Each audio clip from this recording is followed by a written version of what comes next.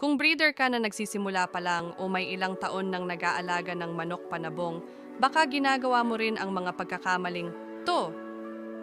Kaya sa video na to, pag-uusapan natin ang 5 common mistakes ng mga game fowl breeders at paano mo to maiiwasan. Una, maling pagpili ng bloodline. Maraming bago ang bumibili lang ng manok dahil maganda o mura. Pero hindi lahat ng maganda, panalo. Dapat kilalanin mo ang lahi. Alamin ang performance sa past fights, style, at compatibility sa breeding mo. Pangalawa, overbreeding. Hindi porket marami kang broodcock at hen, dapat paramihin agad. Kung hindi quality ang pairing mo, sayang lang effort, space, at feeds.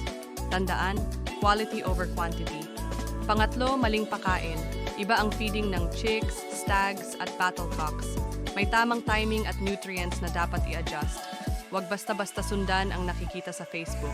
Obserbahan mo kung anong effective sa line mo. Pang-apat, walang health program. Vaccination, deworming, vitamin schedule, madalas itong nakakalimutan. Kung gusto mong lumaban ng malinis at malusog ang manok mo, dapat alaga ang kalusugan. At panghuli, walang record keeping. Hindi mo alam kung sino ang ama't ina ng manok mo, ilan ang offspring, sino ang nanalo, sino ang lampa.